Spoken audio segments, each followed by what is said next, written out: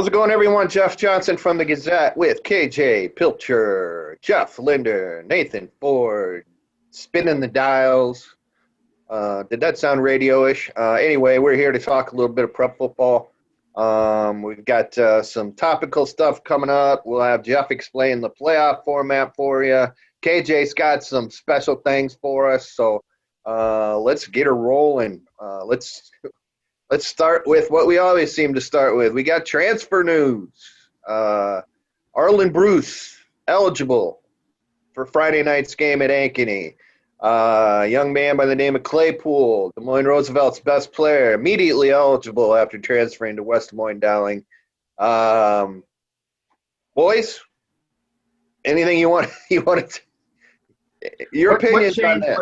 What changed in Bruce's circumstances? In which Bruce's? Bruce.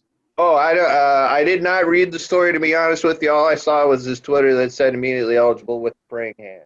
I believe a judge overruled the association's ruling. There you go. So okay. Maybe nothing really changed, but the legal channels felt that he had actually done what needed to be done. And I'm not quite sure how it works when you transfer from one school to another and become immediately eligible as the kid from Roosevelt to Dowling.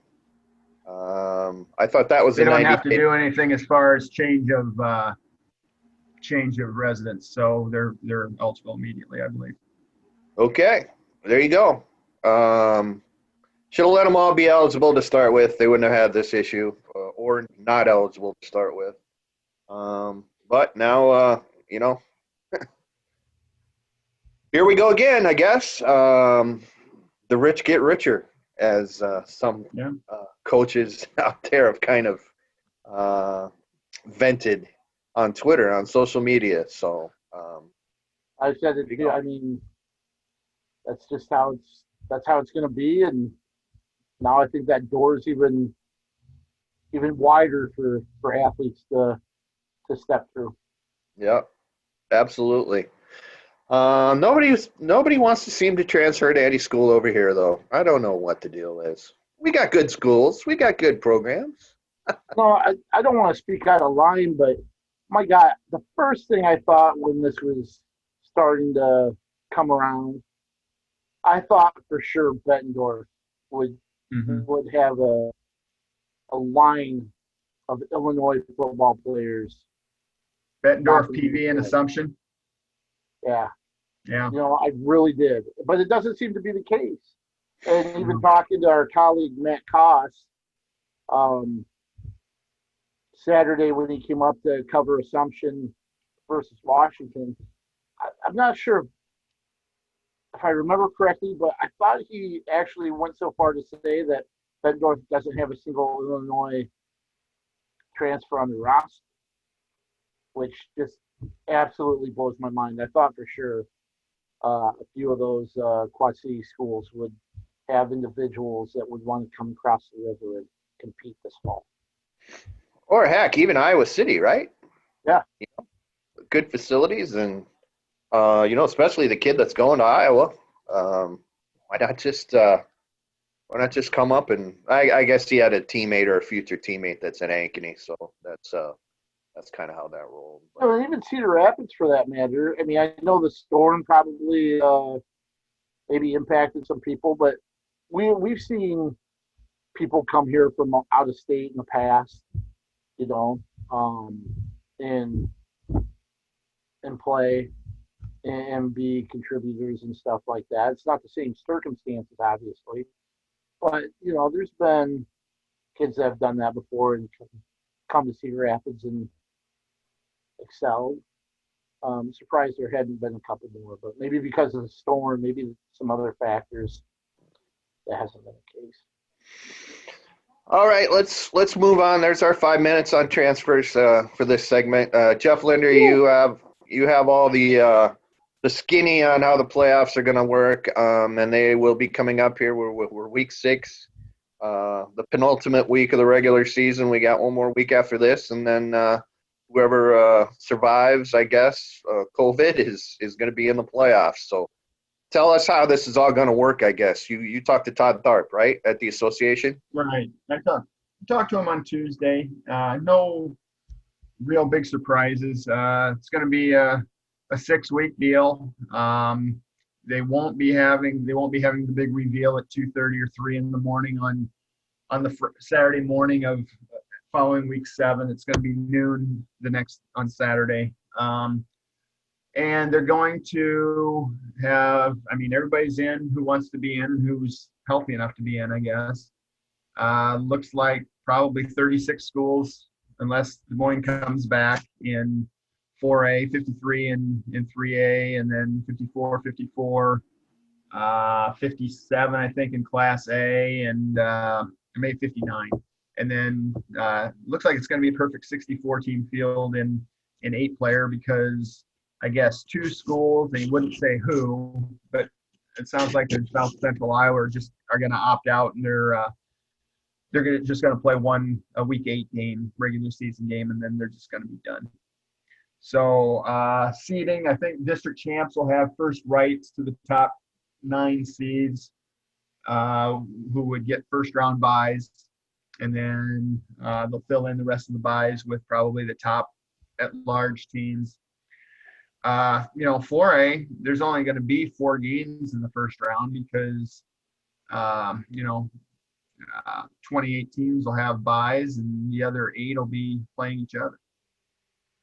And then after the second round, they'll reseed them, and then probably both based on power and geography, and then have another 2-round tournament, which will, and the winners of those 4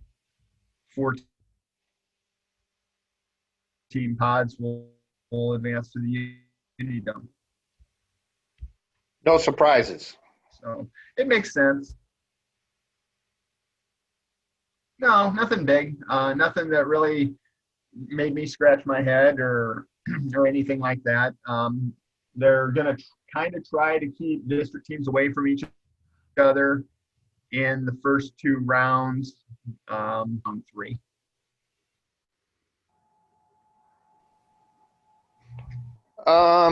And geography will play a role in this, I assume, right? As far as pairings, they won't. Yeah. Like Tharp said, superintendents kind of were concerned about the bottom teams going somewhere hour and a half away to get their brains beat in the first round when they could have the same fate 10 miles away. Was that an exact quote? Brains beat in? Probably not, huh? What's that? That was an exact quote, right? Brains beat in. Just go a half hour instead of. Never mind. All right. Well, we're at the point, obviously, now where you better stay safe or your season's over, I guess. In most every case. Yeah.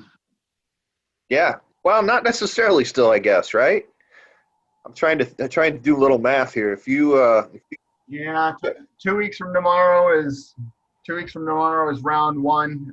If you've got a bye, you've got another week. So, but yeah, it's time to hunker down and stay safe. Should we go ahead, KJ? Guys, this change, obviously, the circumstances for this year have led to everybody qualifying for the playoffs. Is this something that could end up being a permanent change, that if things happen to go well or this was well received, that this is the opportunity for a change to be made, and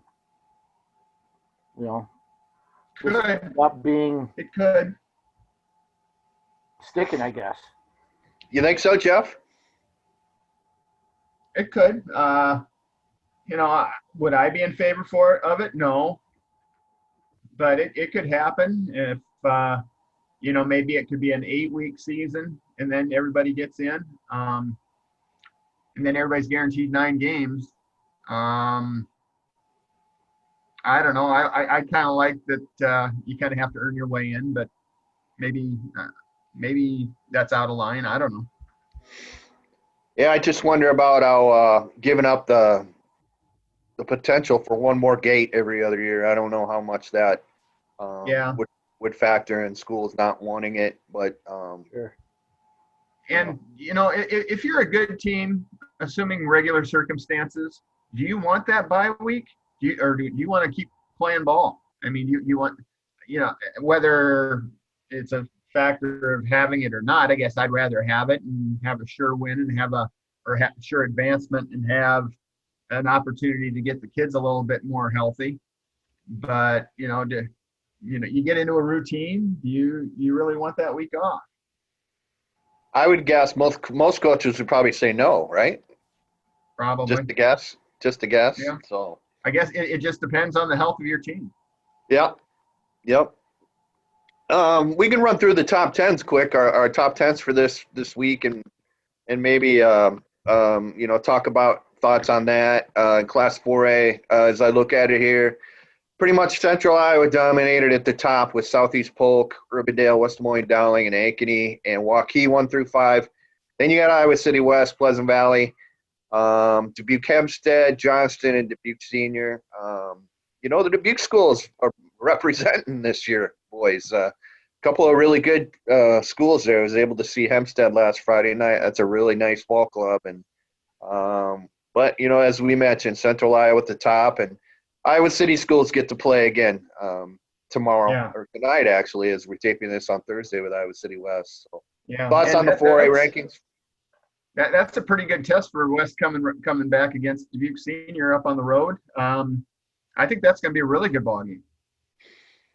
It was interesting that it's different. It was different for them, the three Iowa City public schools, than it would have been had they been shut down by COVID, where nobody could have gotten together and done anything.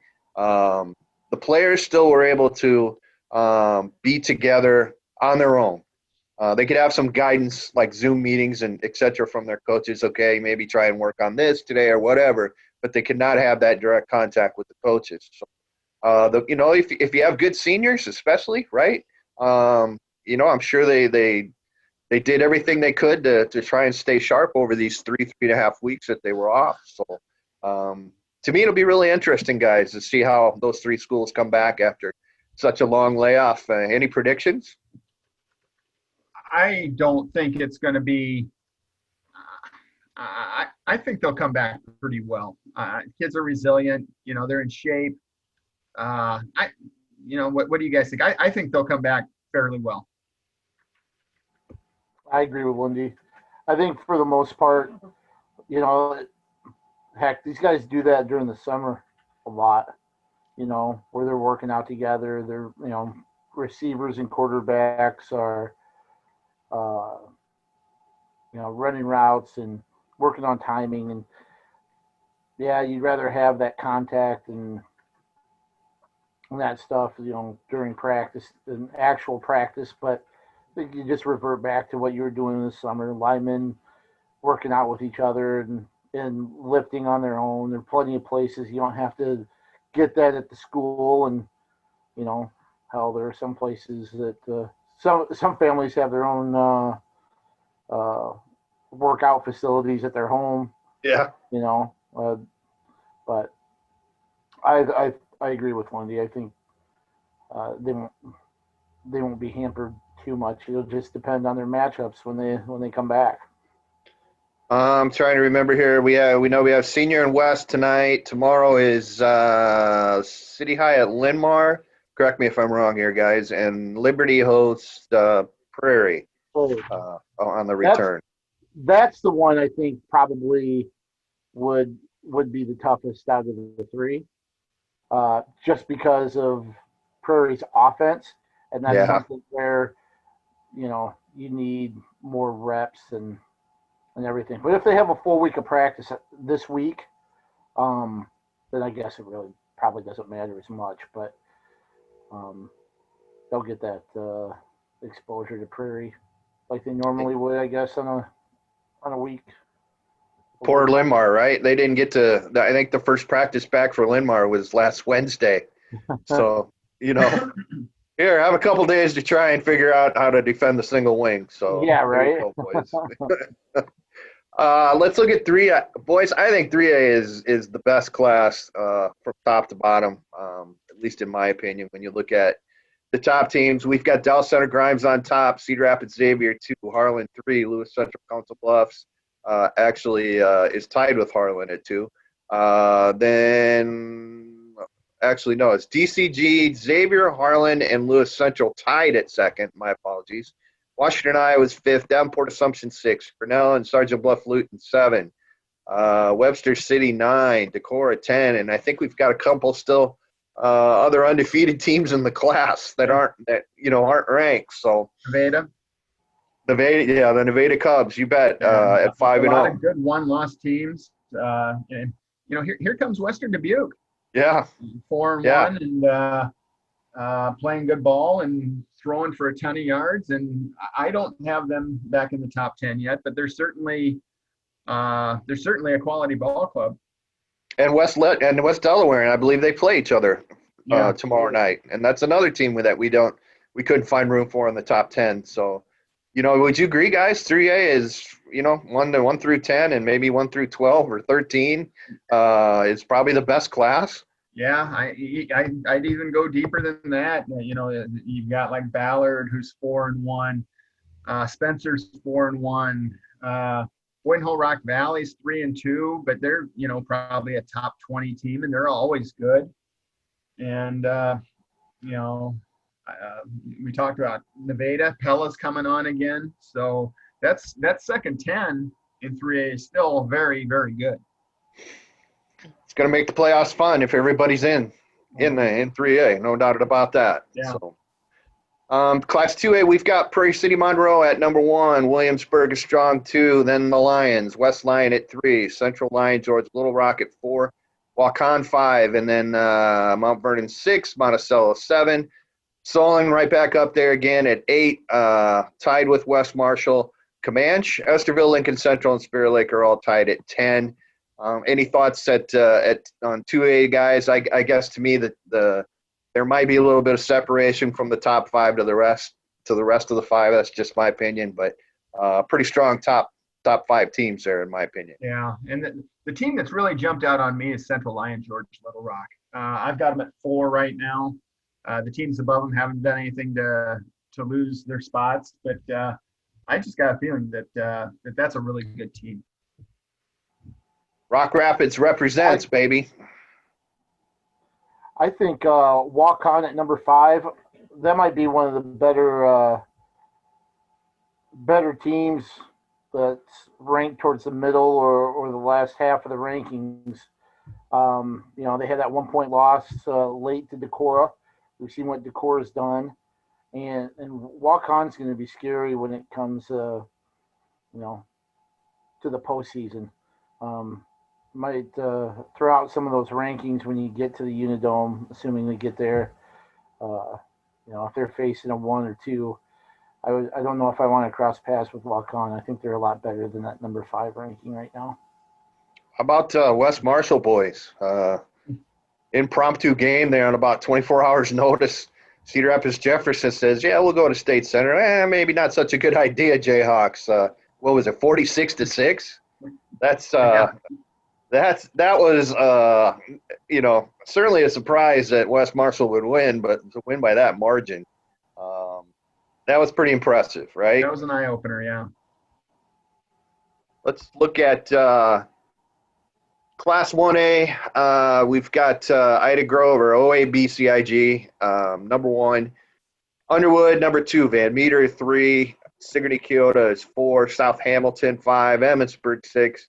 Southeast Valley is 7. Pleasantville, 8. South Central Calhoun, also 8, tied with Pleasantville. West Sioux in there at 10. Southeast Valley with a real nice win in a battle of unbeatens last week over South Central Calhoun. To me, it's still you got to beat Cooper DeJean and OABCIG to win a championship, and I don't know if that's going to happen. What do you guys think? We'll find a lot. We'll find out how big the gap between OABCIG and the field is Friday. They play Underwood in a 1 versus 2 game, and if Underwood can hang with them or beat them, that probably has to give everybody else a little bit more confidence. Where's that game at, Lindy? Underwood? At Underwood. At Underwood. And that's a very solid ball, very solid program, very good program that Underwood has. So that's a great point, Jeff, on that. And, it's Sigourney Keota hanging in there at 4. They know they're going to be in the playoffs this time, boys. So no pressure as we hit the last 2 regular season games. Cobras have been very impressive. So Class A, Grundy Center number 1, Iowa City. Regina is in there at 2, St. Ansgar 3, South Winneshiek 4, Edgewood Colesburg 5, Wapsie Valley 6, MFL Marmac 7, Logan Magnolias 8, West Hancock and West Fork round out the top 10. Got some Northeast Iowa / Eastern Iowa flavor to those rankings. Mm-hmm. Real nice win last week for South Winneshiek, beating Wapsie Valley, and now I guess what the big game is. South Winneshiek and MFL Marmac Friday night, right? Yeah. Yep. Yeah, and that's one I'm sure Southwind has kind of had in their crosshairs. I think, was it twice last year that MFL got the better of them, including playoffs, and Southwind and kind of owned that rivalry for a long time. MFL had a close loss to Wapsie Valley, who Southwind looked like they kind of handled them, mauled them a little bit. And I thought it was interesting that Southwind has really adjusted their attack from years past, where we've seen this wide open attack that you wrote about, Saturday. Now it's a run oriented offense and more of a physical game that Jason Orton and the Warriors have now. So that'll be interesting because, MFL, is a team that I think runs the ball pretty well also. Yeah, how about that? Going from spread, throwing it around to triple bone, I think they call it. Basically, it's the offense that all the service academies run in college football. You can't get any different than those 2 offenses. So credit to those boys for being able to understand it and execute it as well as they have, I guess, at least through 5 games. So, and Edco guys is up there kind of quietly. They haven't really dominated anybody in any game, but had a big comeback win over North Lynn Friday night. So were they down 22-0 and came back to win by a couple touchdowns? Yeah. So that's a program that they didn't really have a whole lot of success, and now all of a sudden they have a lot of regular success. So learn how to win, I guess, is a huge part of it, 100%. So 8-player. We'll run through those rankings real quick here. Don Bosco 1. We're at Remsen St. Mary's is 2. Audubon 3. Cumberland, Anita Messina at 4. Fremont Mills 5. Easton Valley 6.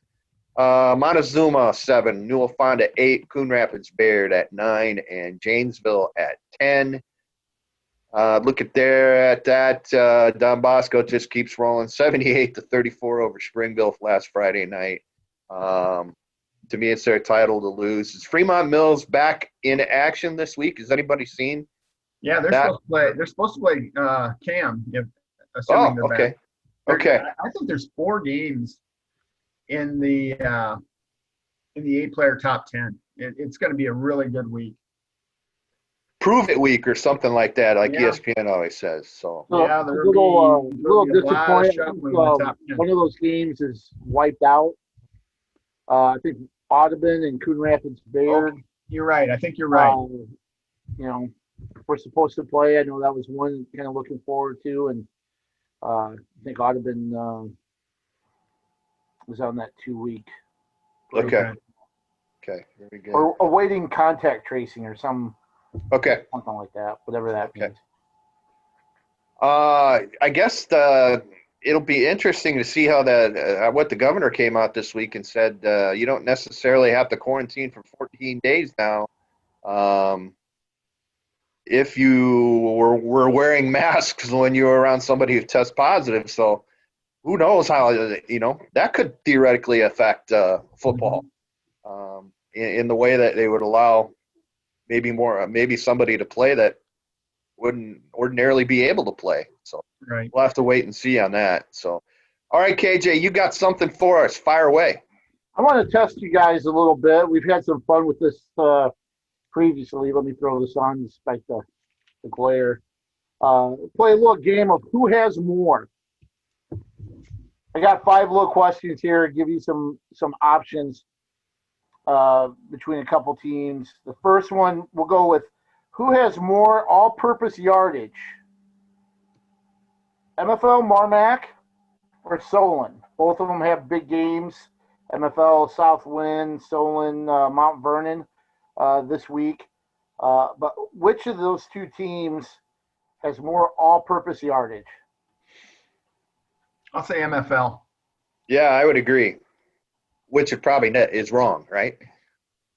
Solon has 2,143 all-purpose yards. MFL 2,142. Ah. So Solon has 1 extra yard. And Solon Mount Vernon Friday night, right? Yes. Yep. Just to point that out quick. And to help promote one of our colleagues, Michael Loss wrote a little bit of a story about some of the coaches on the Solon Mount Vernon staffs that have ties to small town Iowa and played in the NFL. Aaron Catman, Brad Meester, now on those 2 staffs. Very good. So people can go and find that at thegazette.com.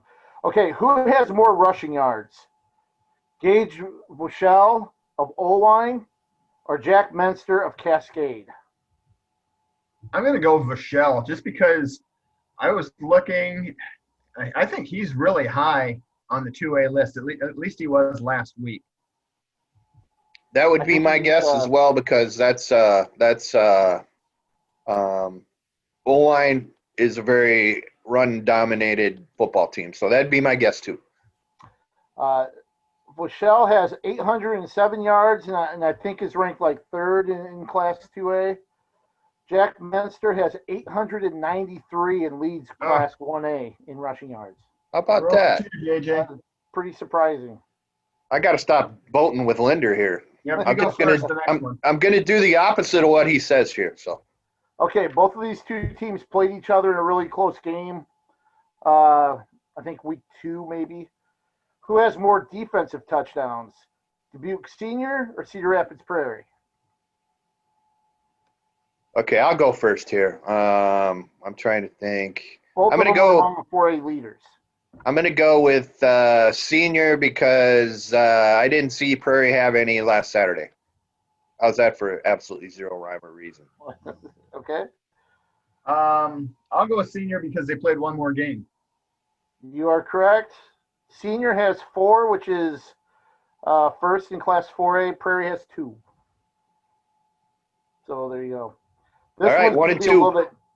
This one's going to be a little bit tougher. Rank these 3 quarterbacks on completions, the number of completions.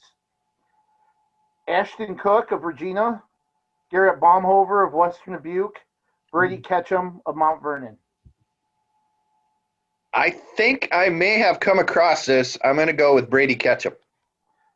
Do you have the other 2? You want them in order? Yeah. Okay, I'm sorry. It's a little tougher on you. Ketchum, Baumhover, Cook. Ketchum, Baumhover, Cook. Okay. I know Baumhover has the most yards of the 3 of them. He's got a ton of yards. I'll go Ketchum, Cook, Baumhover. Lindy's right. Hey. Ketchum with 88, Cook with 81, Baumhover with 80. Wow. All 3 pretty good totals. Now, this one's probably the most fun out of all 5. Who has more touchdowns? Grinnell or Eddie Burgess? Eddie Burgess. Well, I got to go Grinnell then. Eddie Burgess has 37 touchdowns. Nathan, your alma mater, has 35. So Eddie that's Burgess weak. by 2 Man. over Grinnell. Eddie Burgess didn't put 80 up on Oskaloosa, though. No. He might. He could. But, yeah. That was good, KJ. We're going to do that again. Grinnell's got a big game with Xavier this weekend, so. That's right. Yeah, that was fun. Yeah, very good. We're going to stick you to that to do it again next week. So Okay. All right, I'll come up with a handful of others. how about we look?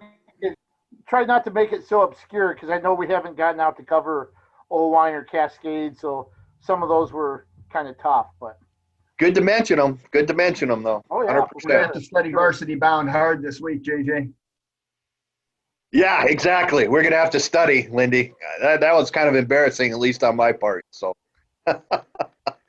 let's just take a quick look here at the schedule, and then we'll talk about what each of us has coming up individually for coverage and things like that. Just kind of scrolling through. Yeah, let's go through class. I guess first. We'll start with class 4A. Waterloo West is at Kennedy Friday night. Johnston Ankeny, if you want to look at that. Waukee and suddenly 1-3 Valley play. Jefferson's at Dubuque, Hempstead, Prairie at Liberty, City High at Linn-Mar. That Southeast or Sioux City East Fort Dodge game to me could be kind of interesting because I know Sioux City East has a 4-1 record, and What is that? that is Bingo. Bingo says hello, by the way. Hey, Bingo, what's up? Class 3A. Looking at the schedule, it's Burlington at Washington, Iowa. Oskaloosa's at Clear Creek, Amana. Waverly Shell Rock at Decorah, which is always a fun rivalry game. Benton at Newton.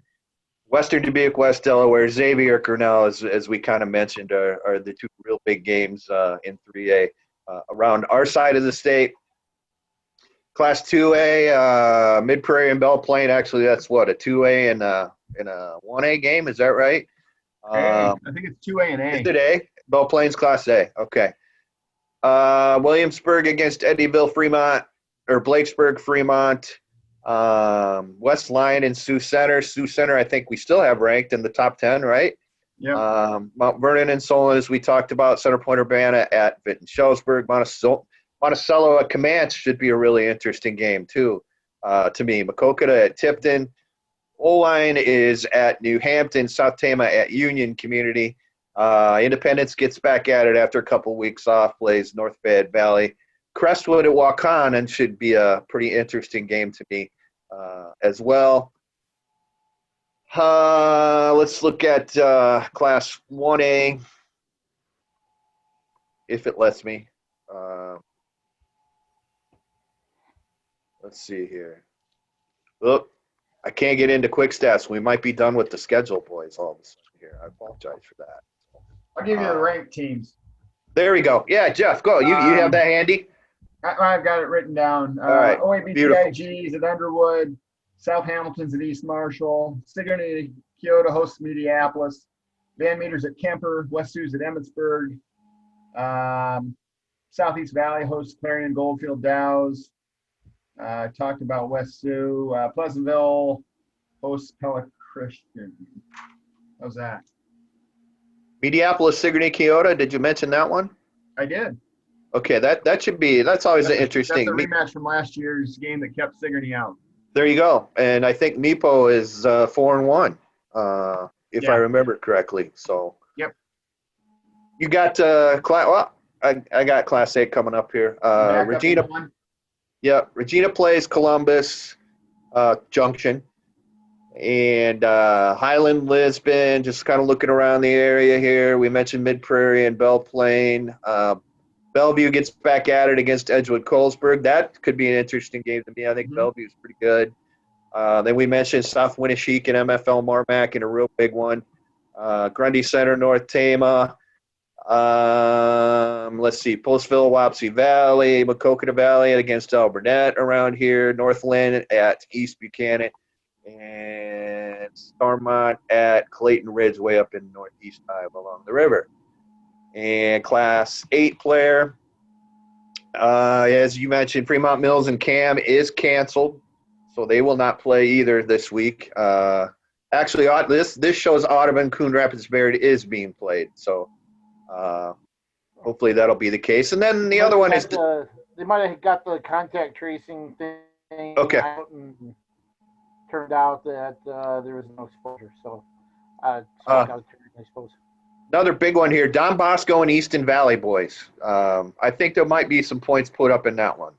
We'll see. Yeah. We'll see how legit, I guess, Easton Valley is in that one. Lone Tree against Moravia, Twin Cedars at Meskwaki, Settlement, Gladbrook, Rhinebeck, HLV, Turkey Valley, and Janesville, Riceville, West Central. Central City and Midland, English Valleys at Winfield, Mount Union. I think that's all the Tri-County at New London. I don't know if I mentioned that one or not either. So, all right, where's everyone going to be at on KJ? You've got a game tonight. Go through your schedule here. Sure, I got a game tonight.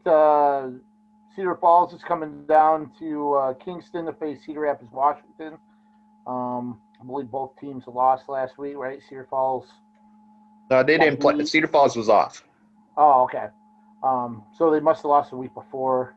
Yeah. Prairie, was that the Prairie game? Yeah. Okay. So they're coming down. Cedar Rapids, Washington. Tough stretch kind of continues where I don't think they've scored a touchdown in 10 straight quarters, and now their starting quarterback, Henry Clymer, I believe is out with an injury that he suffered during the Assumption game last Saturday. So that'll be a tough one for them, but we'll see if they can put some pieces together tonight. So follow me at KJ Pilcher for that. And then Friday I'll be at Manchester for the 3A game between Western Dubuque and West Delaware. Not, like we said before, not a top 10 matchup, but certainly could be. And certainly will be played like one between the two. So we'll see how that plays out. But should be a good one up there. What do you think of Assumption last week, KJ? Assumption's what you normally would think of Assumption. I mean, it was a run-heavy attack. I mean, not a real good passing team, but you know what? If you don't have to, why do it? Yeah. You didn't have Yeah. to. They're stout. They're good enough defensively. But offensively, they run the ball a little bit.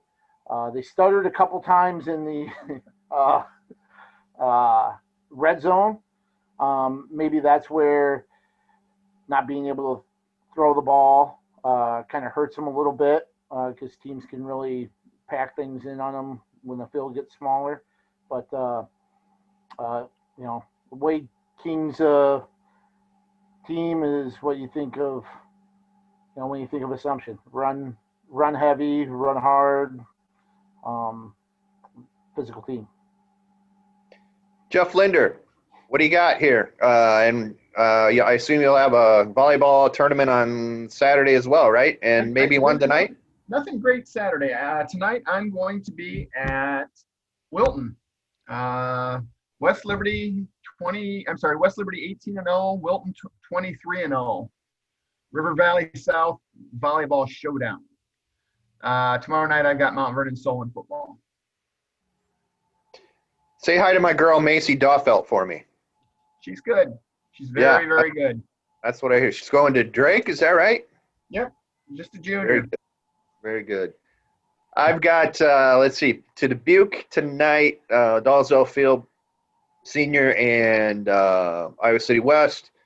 Tomorrow night at Liberty for Liberty against Prairie.